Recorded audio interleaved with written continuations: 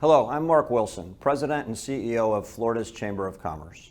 When it comes to securing Florida's future, there are few issues more important than water.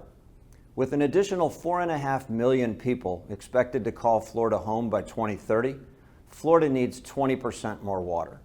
Science-based solutions are the only way to ensure Florida's water future is sustainable and provides the quality of life Floridians and our visitors deserve.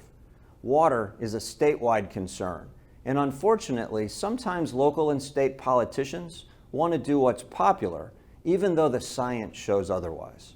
Whether it's the Apalachicola River, the Indian River Lagoon, our unique springs, or our treasured Everglades, science-based solutions are essential to meeting the challenges Florida faces. Together with Harbor Branch research scientist Dr. Brian LaPointe, the Florida Chamber is pleased to present this educational video. I hope it will spur conversations and collective action that will unite all of us to help solve these issues for Florida's future.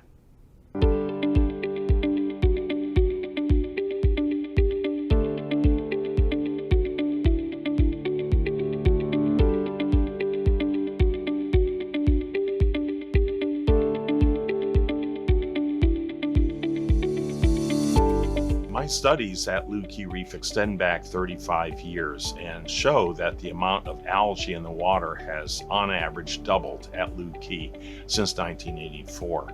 This is a result of increasing nitrogen in the water that can be traced to local sources in the Florida Keys, such as sewage, but also non-point source nitrogen coming from the Everglades Basin that extends north all the way to Orlando.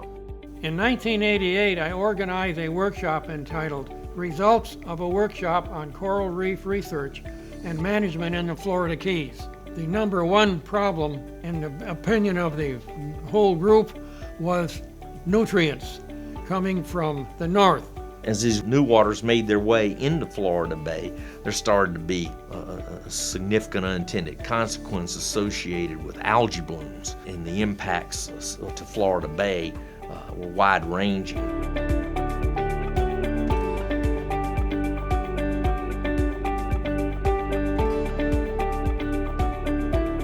When I used to dive back in the earlier days, we wouldn't dive unless visibility was probably 70 to 100 foot, and that was real common.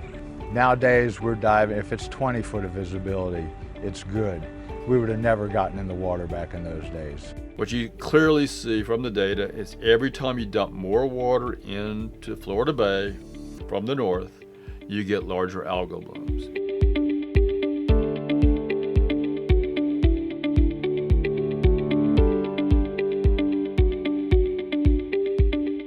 There's also a lot of development and a lot of historic septic tank use all around Florida Bay. And with sea level rise, we're getting into the drain field. Down in Key Haven, off of Key West, which has had sewers from the day one when they first did it, the canals in there were like I remember they used to be. You could see the bottom, they were full of fish. The economic development people saw, they clearly understood that if we've got poor water quality problems, they're going to have trouble attracting tourists. The only way we were going to address them was to go to a central wastewater system that had advanced wastewater treatment.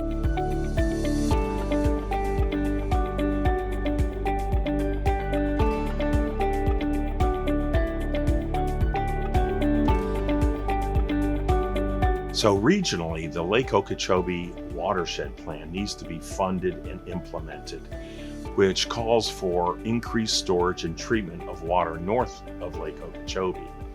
That will help protect not only Lake Okeechobee, but also the downstream waters of Florida Bay and the Florida Keys. We can do a lot better than what we've done. It can be better. And if everybody would just back up and look at this thing objectively, have sound science, I think we can start at least moving in that direction. And the property values. Our little conch house has gone up in value, and it's in part because of what we've done to clean up our water and treat it properly.